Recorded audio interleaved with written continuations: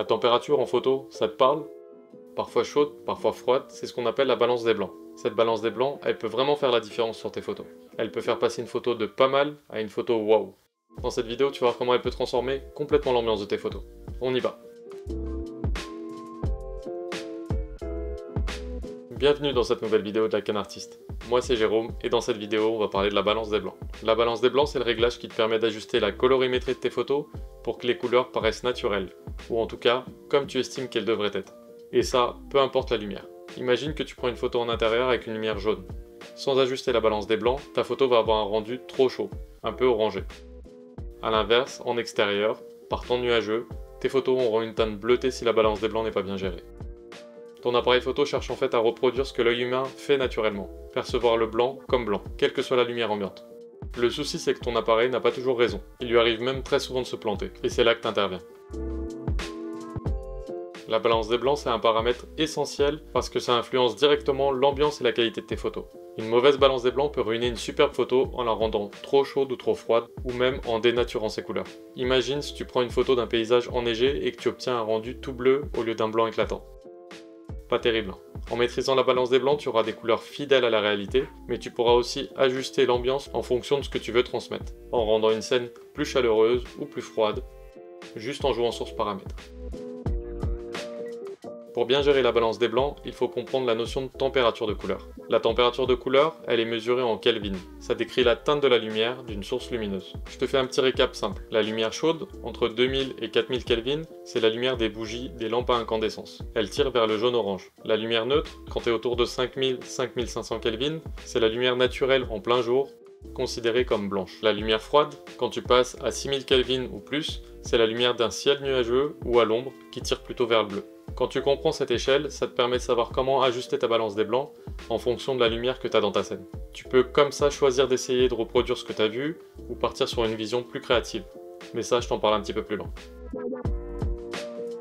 La bonne nouvelle, c'est que la plupart des appareils photo modernes ont des réglages automatiques et des pré-réglages pour la balance des blancs. C'est pratique, surtout quand tu débutes et que tu veux shooter rapidement. Je te donne les principaux pré-réglages. AWB pour Auto White Balance. C'est le réglage automatique. L'appareil photo essaye de deviner la meilleure balance des blancs pour ta scène. Il s'en sort bien la plupart du temps, mais c'est pas infaillible. Surtout dans des situations complexes avec des mélanges de lumière artificielle ou pendant les couchers de soleil par exemple. Daylight, c'est la lumière du jour. Le réglage idéal pour des photos en extérieur, en plein jour, avec une lumière naturelle.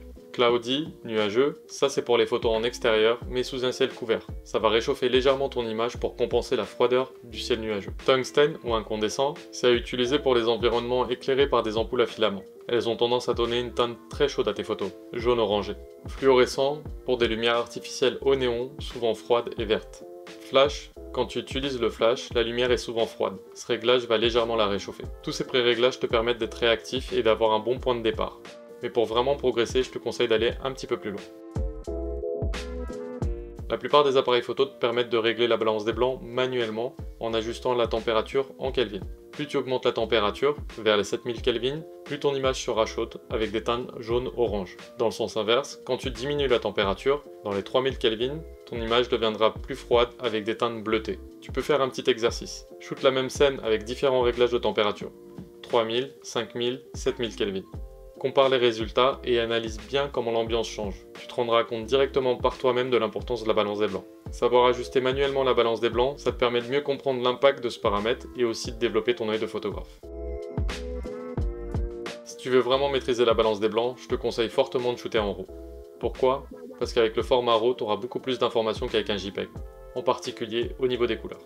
Ça te permet d'ajuster la balance des blancs après la prise de vue, sans aucune perte de qualité. En JPEG, les informations de tes images sont déjà compressées, et si ta balance des blancs est mauvaise au moment de la prise de vue, tu ne pourras pas la corriger correctement en post-traitement.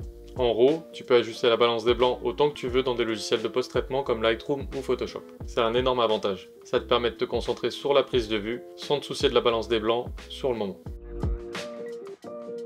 Pour gérer la balance des blancs en post-traitement, ça te prendra quelques clics, peu importe le logiciel que tu utilises. Lightroom, Capture One, Luminar, etc. Tu as dans la plupart de ces logiciels l'outil Pipette. Tu cliques sur un point censé être neutre, gris ou blanc dans ta photo, le logiciel va automatiquement ajuster la balance des blancs pour que la zone que tu as sélectionnée soit considérée comme neutre. Et voilà, t'as une bonne balance des blancs. Après bien sûr, tu dois parfois peaufiner un petit peu manuellement pour avoir exactement le résultat que tu veux. Si t'as pas la référence de gris ou de blanc dans ta photo, tu ajustes la température entièrement manuellement avec le curseur de température pour les Kelvin et avec celui de la teinte pour le magenta et le vert. Tu verras, on prend le coup de main très rapidement et ça devient vite très facile. Un autre outil super utile pour bien gérer la balance des blancs, c'est d'utiliser une charte de gris ou de blanc. C'est un petit accessoire que tu places dans ton cadre au début de ta session photo, souvent une carte ou une feuille. En post-traitement, tu sélectionnes cette carte avec la pipette et ça te corrige directement la balance des blancs avec un maximum de précision. C'est particulièrement utile dans les environnements où la lumière est complexe ou changeante.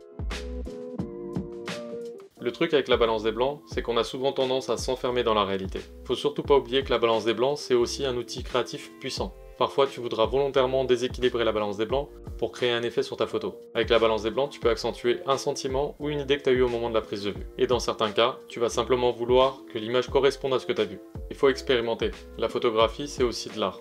Pas toujours besoin que tout soit parfaitement neutre. Parfois, un léger décalage dans la balance des blancs peut vraiment ajouter du caractère à ton image.